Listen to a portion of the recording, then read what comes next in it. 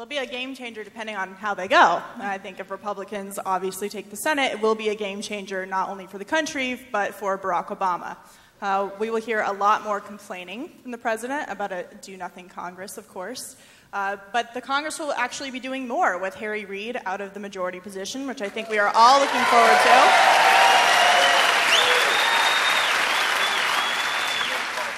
And I say it's a game changer because you look at the 2010 turnover of the House, and although that didn't receive as much attention and credit as it should have from the media and from political pundits in Washington, D.C., it really shows us an example of how government can at least be pointed out and exposed for the big spending and everything else, despite the fact that the president thinks what's been pushed through the House isn't in his favor. And so I think if the Senate goes Republican, which, by the way, is not in the bag, by the way. I mean, we still have very close races in a lot of battleground states, and 16 days is a long time before an election. Let's not forget, news changes very quickly.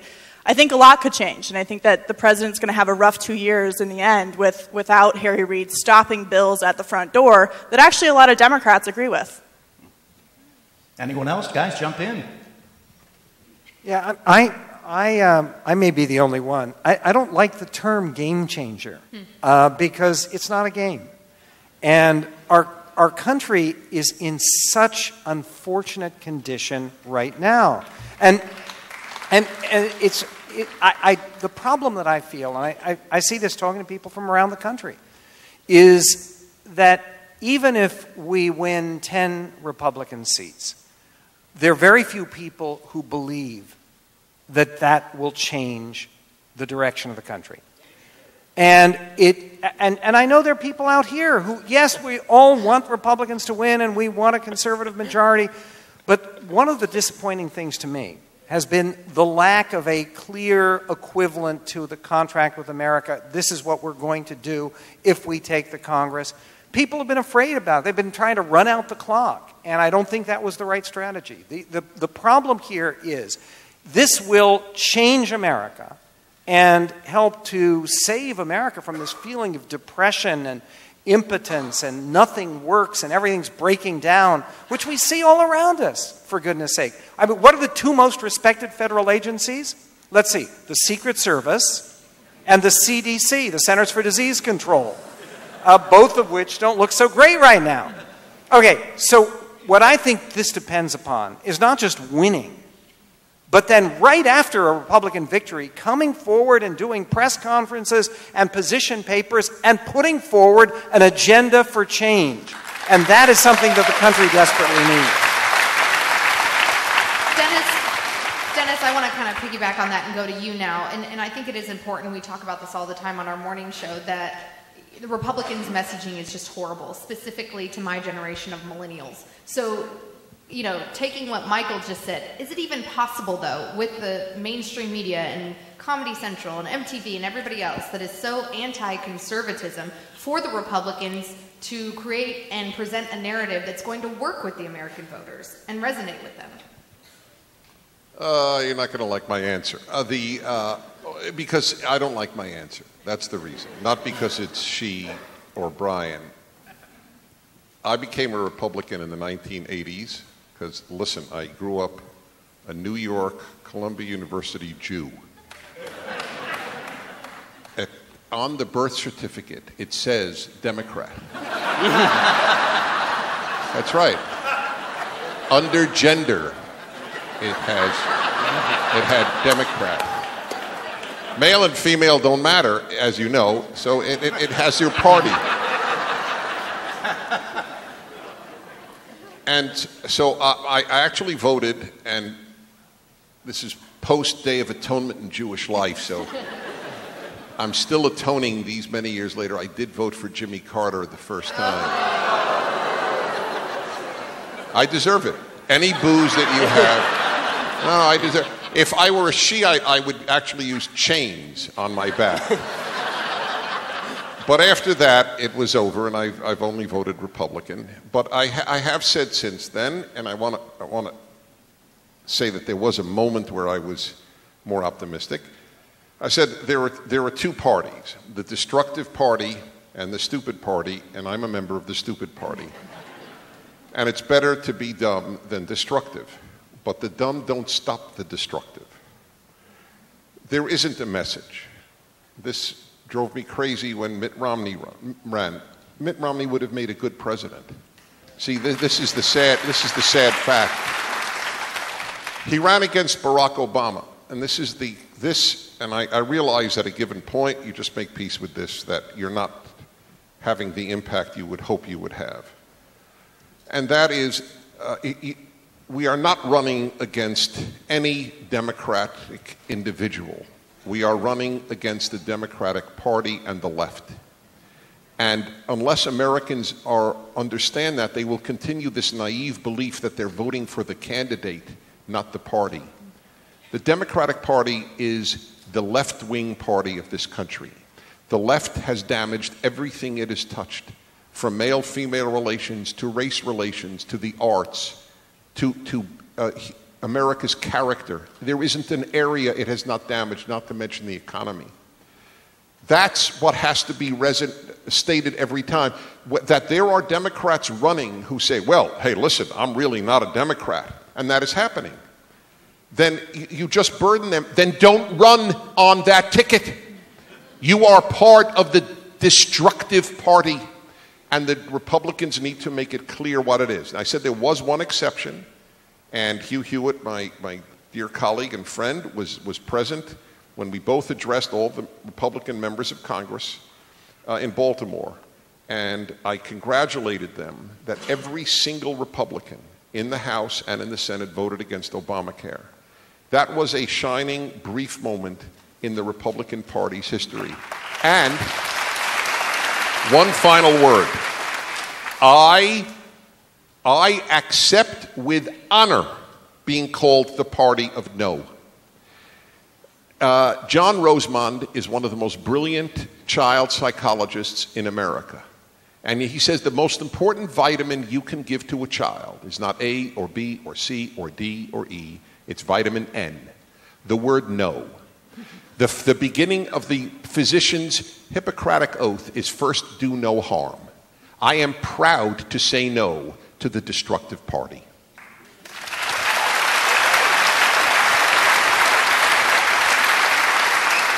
He mentioned Hugh. Let's go to Hugh and then get Ben in here. You're not going to cut me off, are you, Brian? Okay. The sound guy is up there. You're living in a fantasy world. I've never hung up on you. Every time I call, the man does it to me.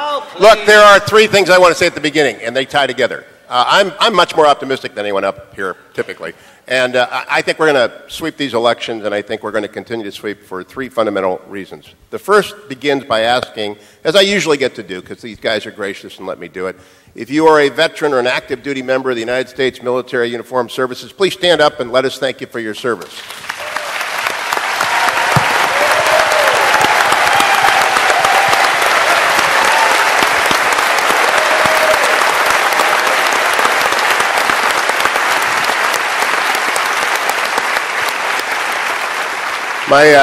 My buddy Rhett Rasmussen over here from BestHotGrill.com and I went sailing. We were talking about this summer when we were out sailing, is that we have candidates running in this cycle.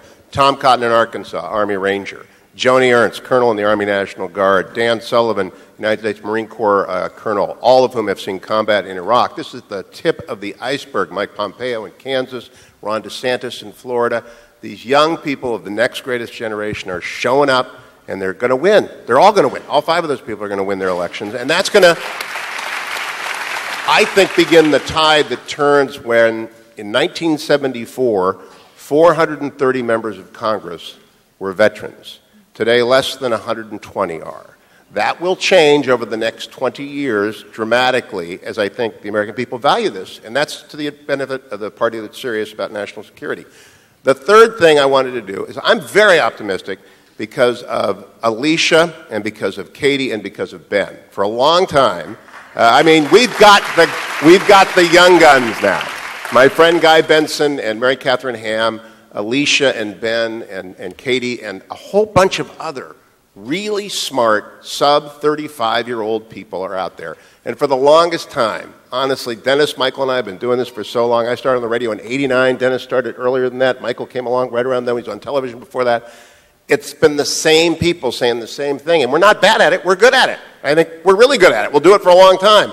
But now we look over, and I can say this with complete sincerity, Ben actually does a double shift. He works in the morning on the wonderful Morning Answer. And if you're not listening, if you're like me, I came into the business with Bill Handel. He's a great host. He doesn't hold a candle to Ben, Brian, and Alicia. He doesn't. Much smarter, much funnier show on 870. But it's so wonderful that then Ben goes home and sleeps or whatever he does. And he gets up at 3 o'clock in the afternoon. He's on Michael's station. It's your station, right, in Seattle? So he's opposite with me. He's competing with me. I don't care. I am very happy that we have young people on our side who are enormously talented at messaging because Katie and I are both using the hashtag TownHall2014 tonight. This is the great destructive force in old media, and I love it. But we have the team, a team of people who know how to use every bit of it, including, I'll turn over to Ben now, the old media like radio, which is ubiquitous and powerful. And our sponsors know that because they get people like you to go and use the services of Dr. Eddie or of Best Hot Grill or whatever, of Ursop or California Deluxe Windows, whatever the people who are here. Gullivers, eat the meat. I know how to sell. But we've got people to pick up the baton, including Ben Shapiro. I think, by the way, that Gullivers in the program makes me so hungry for a good ribeye right now. But I think Ben's going to disagree with you, so that's kind of why I want to toss it to him right now, because you said that you're confident that we're not going to win just this election, but the next couple. And Ben is pretty confident, he says this Monday through Friday, 6 to 9 a.m., folks, that he thinks Republicans are going to take the House and the Senate in 2014, but that the midterms were screwed because of Hillary. Well, the presidential in 2016. The reason that I say that, beyond the fact that I kind of enjoy being a doom and gloom Jeremiah figure, is that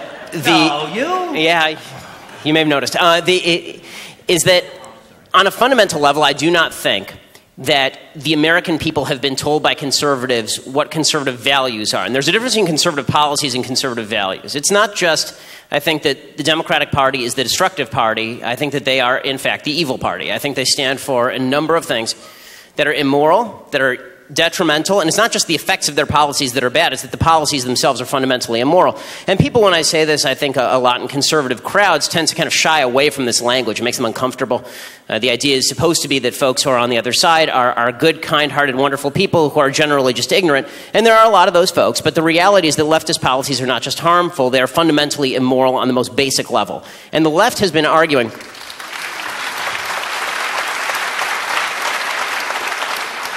I don't think the practical argument works. I think the moral argument works. I think Mitt Romney made about as good a practical argument as you can possibly make, that Democrats suck at everything.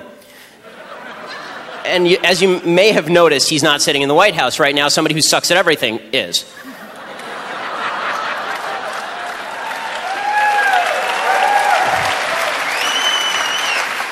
Well, that being the case, it's about time that we started making the reverse argument to what the left has been saying. Now, we all live in Los Angeles or LA area, or I'm sure in areas where we have to deal with people on the left on a fair number of occasions. And what you may notice is that when you have conversations with the folks on the left, it almost always boils down to you're a bad person. Right? No matter what the argument is, whether it's about tax cuts, it turns into you hate poor people, or if it's about traditional marriage, it's about how you hate gays, or if you're not for affirmative action, or if you think that we might wait just to get all the evidence in Ferguson before we string somebody up, then it's because you hate black folks. It's always about you as a human being. And we find this distasteful on the right. The reality is it's massively effective. If you talk to people my age, the people who are my age are not voting based on the marginal tax rate. And the vast majority of people, I don't think, in the United States know what their marginal tax rate is. My guess is that Mitt Romney didn't know what his marginal tax rate was until 2 days before he released his marginal tax rate. Nobody votes based on their marginal tax rate. People vote based on what they think is fundamentally right, what they think is right and what they think is wrong. And we've been presenting the case to people that what they think is ineffective and what we think is effective. Ineffective is not even close to the winning argument against right versus wrong. And the fact that we've ceded the moral ground, that we've ceded the moral authority is not only asinine, it's unthinkable, given the nastiness and virulence of leftist ideology, which literally violates every single one of the 10 Commandments, particularly number 10, regarding don't covet your neighbor's ass, which was specifically written for Bill Clinton. Well, let me take issue with that. I do want to say that it's been quite a lot has happened since we got together at Town Hall 2013. I've got my first grandchild that I'm willing to speak about.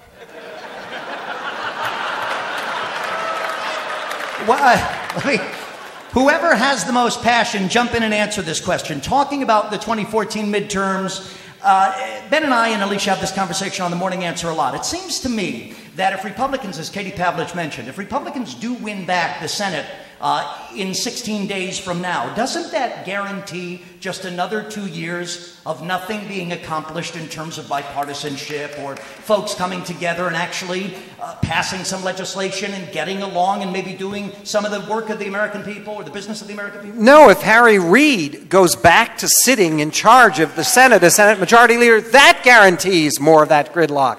One of the crazy things here is, how does anyone who's voting Democratic believe that keeping the arrangement of deck chairs on the ship of state right now exactly as it is going to produce a better result? It won't.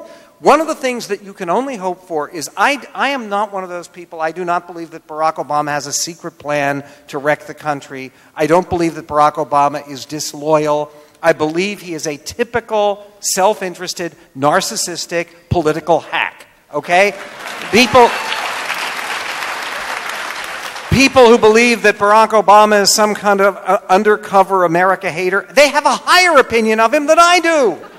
I think he's a small person. I don't think he's a malevolent guy with a cloak wrapped around him. I can't wait to destroy America. Okay, having said that, if you send a message to Barack Obama and send a very clear message and Republicans win 8, 9, 10 seats and then do what they have to do, which is to lay out a system of reforms, a system of changes that the president could agree to, or at least negotiate, then you can get things done. And there are a series of things that clearly the country needs, very, very urgently needs right now, with Europe collapsing, and collapsing with precisely because of the overregulation and the overgrowth of government. I mean, just a small thing, the medical devices tax.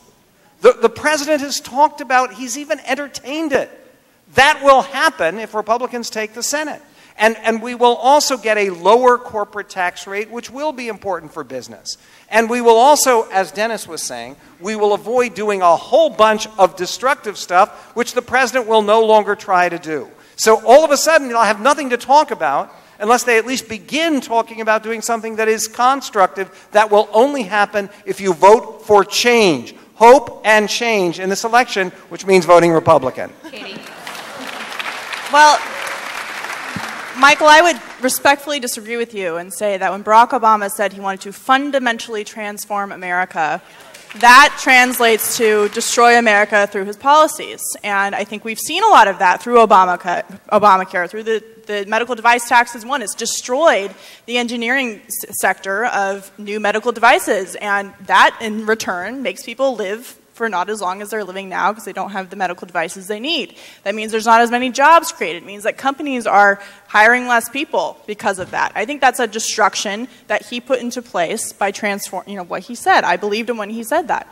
But on the issue of, moving forward, and as Brian says, not doing anything and having this gridlock, our system was set up for gridlock for a reason.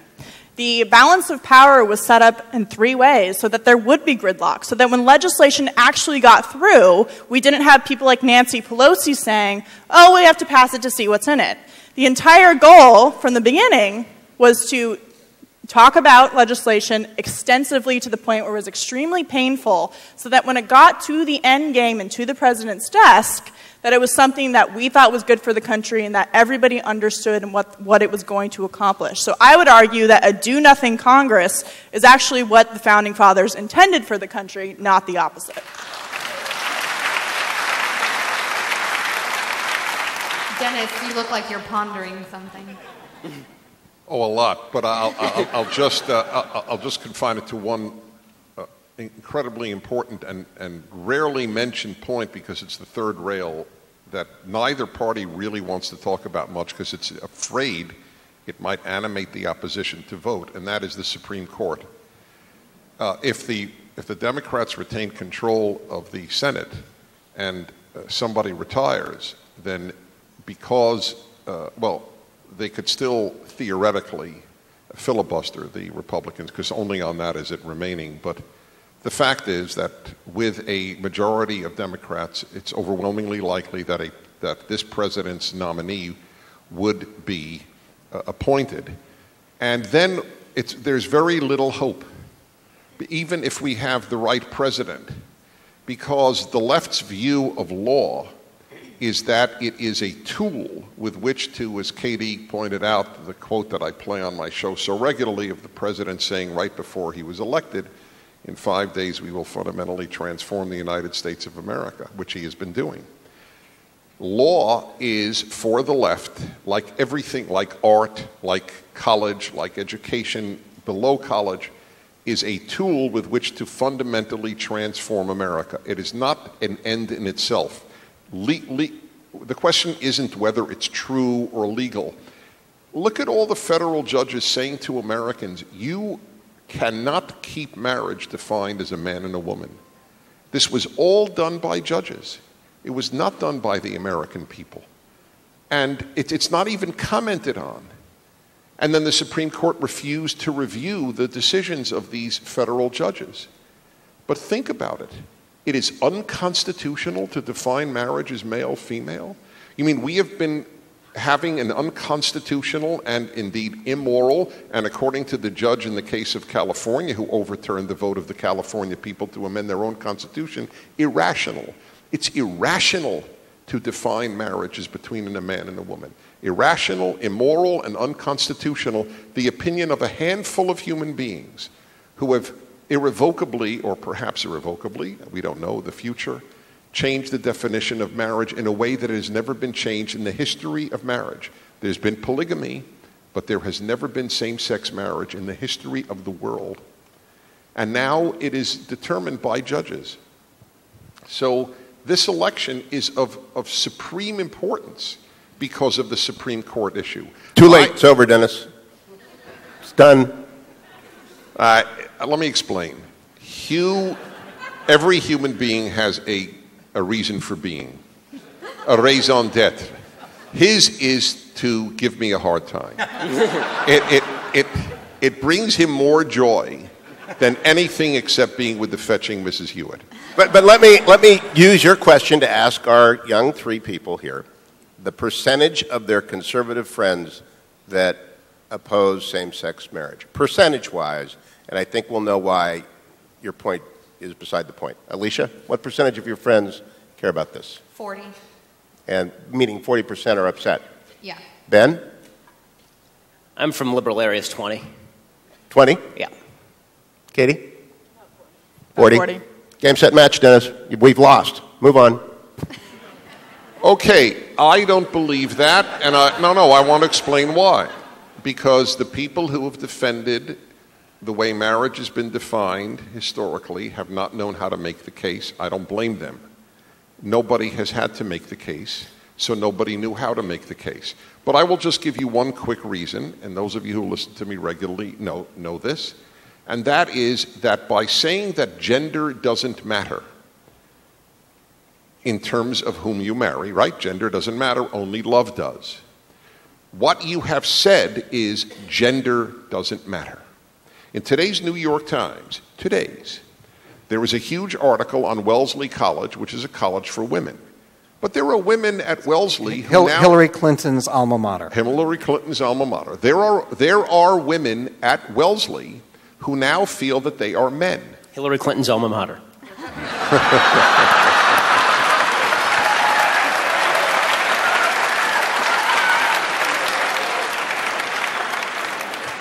Well said. But putting that aside. Time to get serious again. I'm sorry. There are Is Hillary Clinton's alma mater? I'm just catching it. Yes. There are women at Wellesley who now say that they are men. And they are objecting to Wellesley calling itself a women's college because they are men. And Wellesley is gradually giving in. What is happening is that you have what is going on now, which as arrogant as it sounds, I predicted this 20 years ago, and it's in writing. I knew this was coming. Even gender is no longer a given. In this state of California and in New York State, you can change your birth certificate with the permission of any psychotherapist. That's all you need, is one therapist to say, so-and-so feels that he is a she or she is a he. You change your birth certificate. Same-sex marriage ushered this chaos in. I don't believe that the average contemporary of Katie or the average contemporary of Alicia or Ben is fully comfortable with the notion that the homecoming queen is a male. See, okay? And if you put it that way, we are using you. You young people are being used as an experiment by the most radical people in Western history. You are an experiment, and you will bear the brunt of it. When I go to colleges, you know what I say to them? I open up my talk with, thank you. Thank you for paying for all my bills. That is the most kind, altruistic thing any generation has ever done for a preceding generation. And they're shocked. You are being experimented with in every arena by the left of the United States. We don't know how to make the case. I don't think the case is over. But this is exactly the point, I think, that actually I don't think that you and Hugh actually even disagree on this, because I think that the case that you're making is basically that we have a cultural problem here. And we have a legal problem, obviously. I think we all agree we have a legal problem. But the legal problem is secondary to the cultural problem. And that is that right now the cultural battle has been largely lost, and largely lost because religious people lost it. Religious people decided not to defend things like traditional marriage over the last 50 years because it was convenient, and they thought that by broadening the tent, they could bring a lot of people in, as opposed to actually holding the line and convincing people that there is a basis in rationality for religious morality.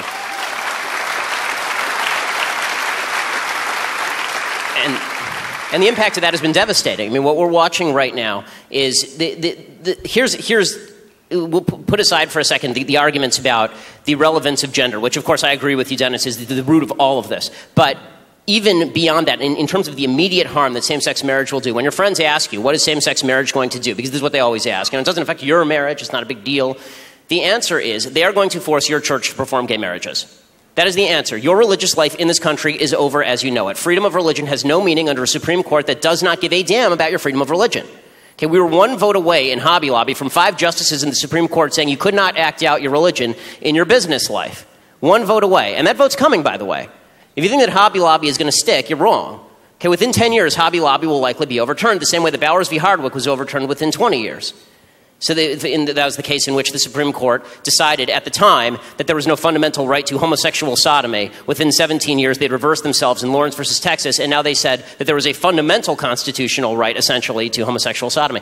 We're now moving to the point where we, as conservatives, need to stop focusing so much on elections and start focusing a little bit more on winning the culture war, on winning the people who surround us. We're going to pour $1 billion into this election cycle. We poured $400 million into Karl Rove dropping asinine ads in the middle of swing states in 2012 that nobody watched and TiVo'd through, because it turns out people my age know how TiVo works. Ben, let me ask you about that. And for the panel, you talk about the culture war, and I certainly appreciate and have great respect for all of these positions. Let me ask you, we see Republicans nationally. We certainly see them here in California, California is certainly not a microcosm of the Republican Party nationally. But we see candidates frequently running not on those issues, the culture war issues, the social issues, call them morality issues if you'd like to call them that. We see Republicans kind of shying away, certainly in California, from those issues. So is there, Katie Pavlich, sort of a walk here, a straddling of the fence that Republicans do in trying to appeal to conservative voters, but at the same time they sort of abandon these issues to hope to grab some moderate Democrats and independents? Well, it's always actually, there's this myth that conservatives are always the ones who are bringing social issues into campaigns, when, as a matter of fact, it's always the left and Democrats are bringing it in. During the 2012 Romney-Obama campaign, it was George Stephanopoulos who brought up banning birth control randomly at the New Hampshire debate. He brought that whole issue onto the national stage, which changed the debate for the entire election. It wasn't Mitt Romney who brought it up. It wasn't conservatives who wanted to talk about contraception. It was the far left bringing it in. But it's interesting to look at the issues here, because on gay marriage, our generation, millennials, pretty pro-gay marriage. They're not going to, even conservatives tend to lean more pro-gay marriage.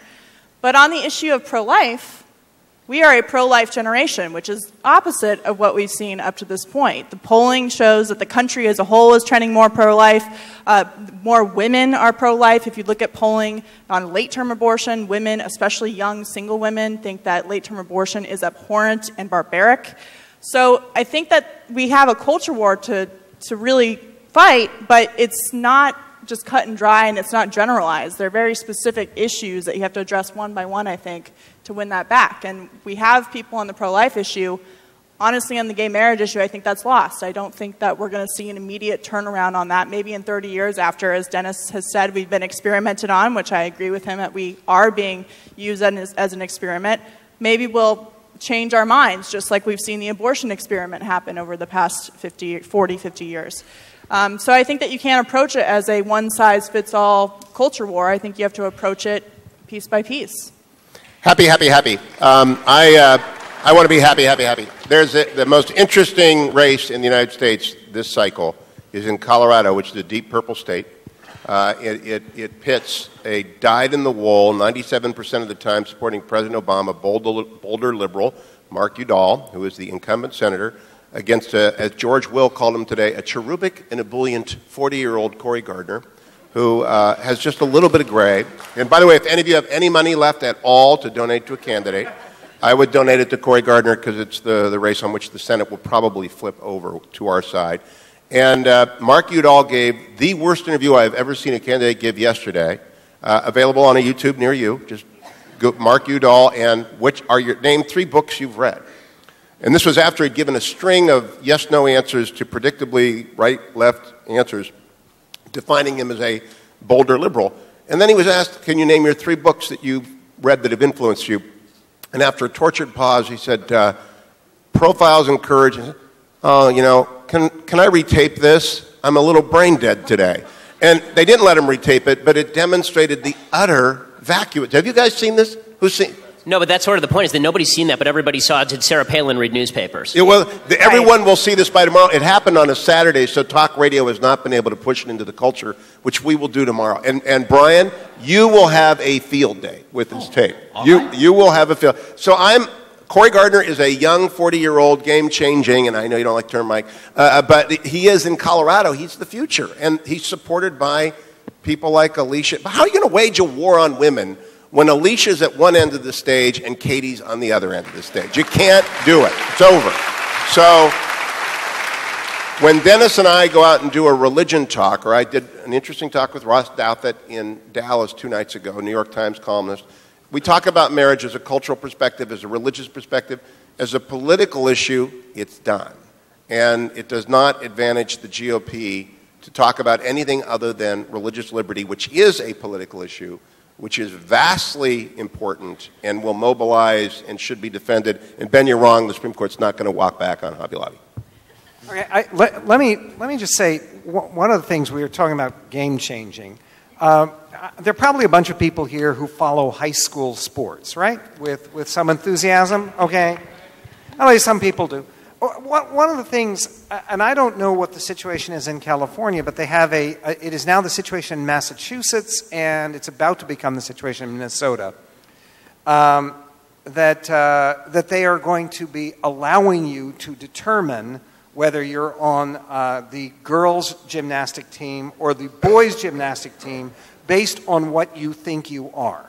And okay, the craziness about this is people who follow high school sports, right? What would happen if, say, guys on the basketball team or the football team, guys basketball, guys football, were found to be taking heavy doses of testosterone, right? They would be out, am I right? Of course they would. It would be terrible. It's not allowed. You can get in a world of trouble.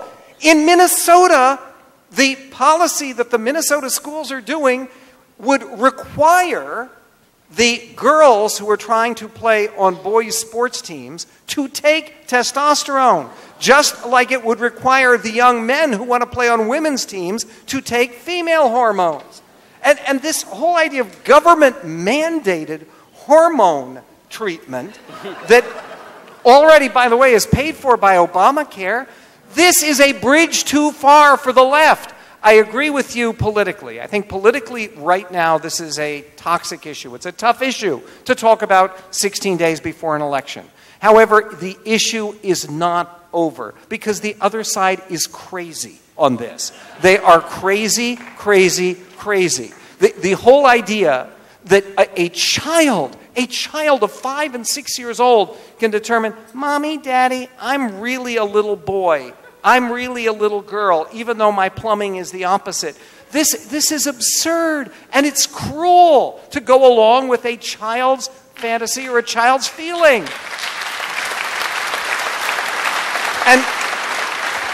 And this, by any means, is not a settled issue, politically or in the law. Just one last thing on this. This is one of the advantages of age. Remembering what happened with this country with Roe v. Wade. Now, a lot of people don't recall this, but you can look it up. It is the emes. It is the absolute truth. At the time that Roe was adjudicated in 1973, 23 states, 23, had already voted in the state legislatures to legalize abortion, including California, where the abortion legalization was signed by Governor Ronald Reagan. Right? So the country was moving and moving and moving, and then Roe hit. And all of a sudden, a pro-life movement began. And it began as a rearguard action, and people thought, oh, it's just a few crazy Catholics. I believe that when the history of the 20th century is written, one of the greatest moments in Catholic history will be the courage of the leadership of that church to stand for human life, to stand for truth, to defend against what Pope John Paul II called the culture of death, which is what we're encountering.